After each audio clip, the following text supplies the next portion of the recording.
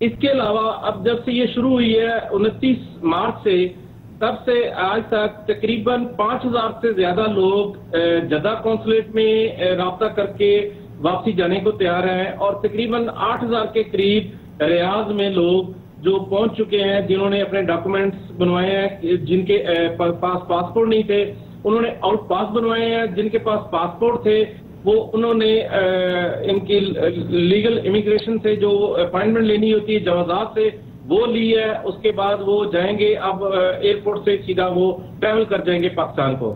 تقریباً دہلی کا 1000 سے 1500 لوگ جدہ کونسلیٹ میں، اور اس سے 1500 کے 2000 لوگ ریاض ایمبیسی میں آ رہے ہیں جو پاکستان کو جانا چاہتے ہیں۔ تو اس طرح یہ اگر وہ جائیں گے یہ لوگ تو دوبارہ کسی بھی ویزے پہ، کسی بھی کمپنی کے ویزے پہ وہ دوبارہ لوگ آ سکیں گے، ان پہ کوئی رکاوٹ نہیں ہوگی۔ جی بہت بہت شکریہ۔ رضوان چودھری ہمارے ساتھ جدہ میں تھے۔ پاکستانیوں کے حوالے سے سعودی عرب میں مقیم پاکستانیوں کے حوالے سے بہت بڑی ڈیولپمنٹ ہے، کیونکہ 25 لاکھ پاکستانی اس وقت سعودی عرب میں موجود ہیں، اور اس میں 10 ہزاروں ایسے ہیں جن کے پاس اپنی دستاویزات مکمل نہیں ہے، غیر قانونی طور پر وہاں پہ وہ مقیم ہیں، اور اب یہ سعودی ایمنسٹی اسکیم ہے جس کا وہ فائدہ اٹھا سکتے ہیں۔ خبر سے بریک اور اس کے بعد ذکر ہوگا chief of army staff general Qamar Javed Bajwa London میں ہے۔ یہ عمومی روایتی دورہ نہیں ہے، اطلاعات کے مطابق اس حوالے سے برطانیہ جو بھرپور کوشش کر رہا ہے ثالثی کی پاکستان اور افغانستان کے درمیان باہمی مسائل کو حل کرنے کے لیے، اس حوالے سے یہ دورہ بہت اہم ہے، کیونکہ امریکی فوج کے افغانستان کے سربراہ جنرل جان نکلسن بھی اس موقع پہ خاص طور پہ لندن پہنچے ہیں، اور اس حوالے سے اہم پیش رفت ہو رہی ہے۔ اس کی بات کرتے ہیں چھوٹے سے وقفے کے بعد۔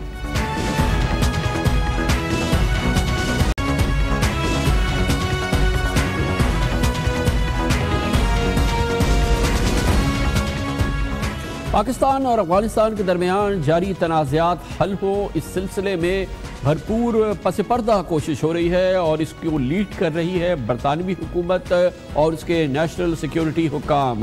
اسی حوالے سے اسی پس منظر میں دیکھنا چاہیے chief of army staff general Qamar Javed Bajwa کا 3 روزہ سرکاری دورہ برطانیہ، جس حوالے سے وہ اس وقت لندن میں ہیں۔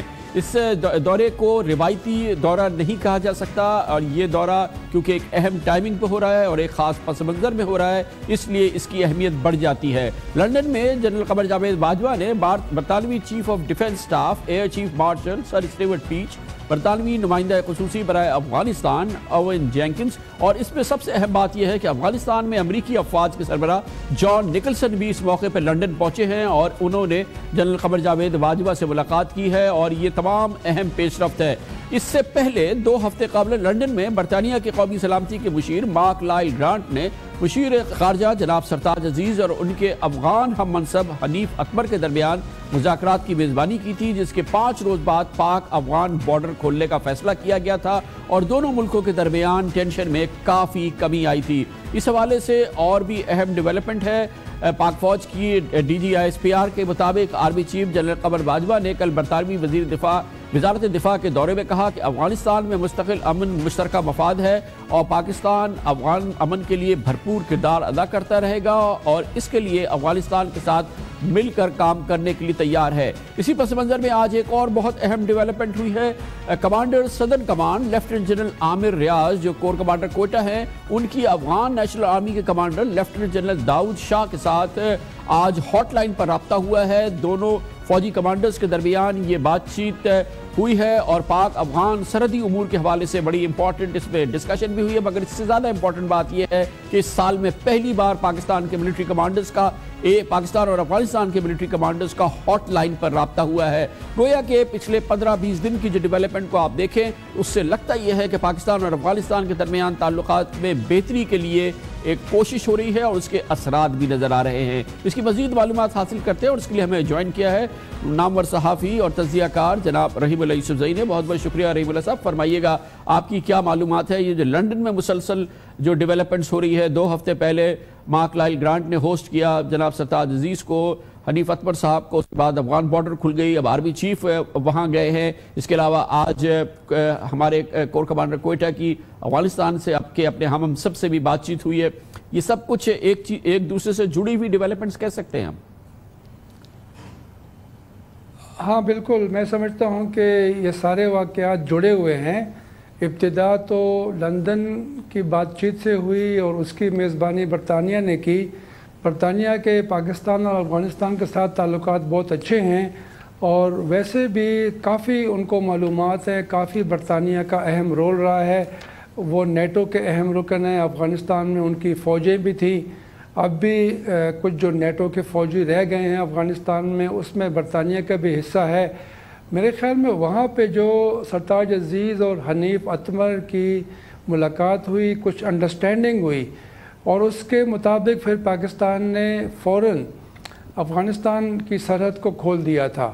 پاکستان نے پہل کی تھی، اس کے بعد یہ توقع تھی کہ افغانستان بھی کچھ اقدامات اٹھائے گا، اور آپ کو یاد ہوگا وزیر اعظم نواز شریف کا جو بیان آیا تھا جب انہوں نے اعلان کیا کہ وہ سرحد کو کھول رہے ہیں، انہوں نے کہا تھا کہ جس وجہ سے سرحد کو پاکستان نے بند کیا تھا وہ جو وجوہات ہیں اس سے نمٹنا پڑے گا، یعنی انہوں نے افغانستان کی حکومت سے توقع ظاہر کی تھی کہ وہ بھی کچھ اقدامات اٹھائیں گے، خاص طور پہ افغانستان کی سرزمین پاکستان کے خلاف استعمال نہیں ہوگی، لیکن ہم نے دیکھا کہ کوئی اہم اقدام افغان حکومت نے نہیں اٹھایا، اور پاکستانی طالبان کے جو ٹھکانے ہیں افغانستان میں اس کے خلاف کوئی کارروائی نہیں ہوئی، حتیٰ کہ آپ نے دیکھا کہ کچھ دن پہلے ایک اور واقعہ ہو گیا قرم ایجنسی میں پارا چنار میں، اور اس کی جو ذمہ داری قبول کی اس بڑے حملے کی وہ بھی جماعت الاحرار نے کی، جس کے ٹھکانے افغانستان میں ہیں۔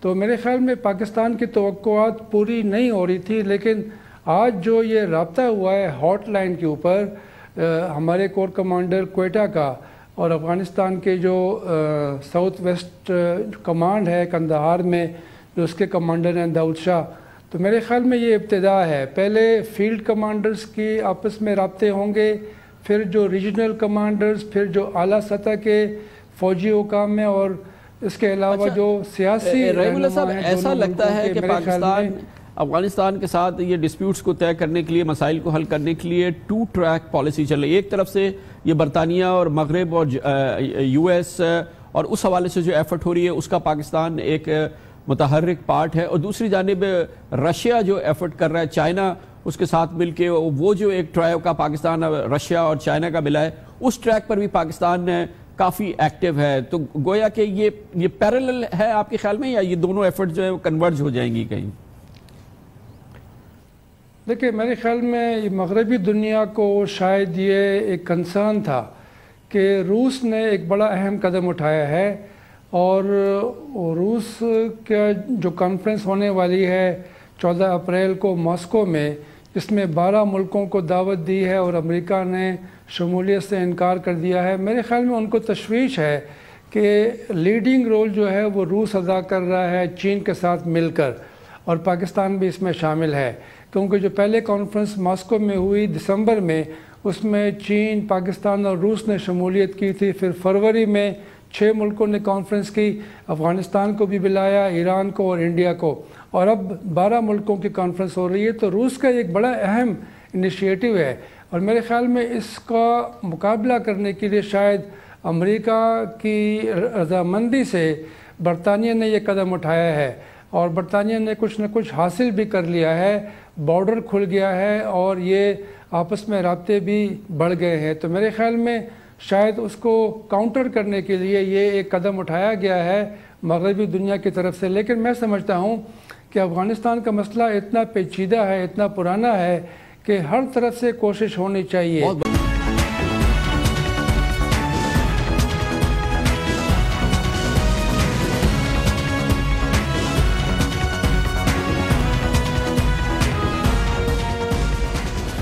بھارت مکمل طور پر ایک ہندو ریاست بنے، کوئی شائبہ بھی نہ رہے کہ وہ کوئی سیکولر اسٹیٹ ہے، اس جانب بی جے پی تیزی سے آگے بڑھ رہی ہے۔ اس نے اب بھارت کو گوشت فری ملک بنانے کے لیے شدید دباؤ بڑھا دیا ہے، اور بھارت میں ایک ایسا ماحول بن گیا ہے کہ خاص طور پہ گائے کے گوشت کے حوالے سے خود مسلمان بھی مجبور ہو گئے ہیں کہ اس بات کو مانیں، اور پھر اس کے لیے مختلف بیانات سامنے لائے جا رہے ہیں، اور اس میں ایک تازہ ترین ڈیولپمنٹ ہوئی ہے جو کہ اس حوالے سے سب سے اہم ڈیولپمنٹ ہے بھارتی مسلمانوں کے حوالے سے، کیونکہ درگاہ اجمیر شریف کے سجادہ نشین سید زین العابدین نے کل کہا کہ گائے کا گوشت نہ کھانے کا انہوں نے خود اعلان کیا، اور یہ کہنے پر انہوں نے کہا کہ وہ مجبور ہیں کہ گائے کو قومی جانور قرار دے کر ذبح کرنے پر پابندی لگا دینی چاہیے،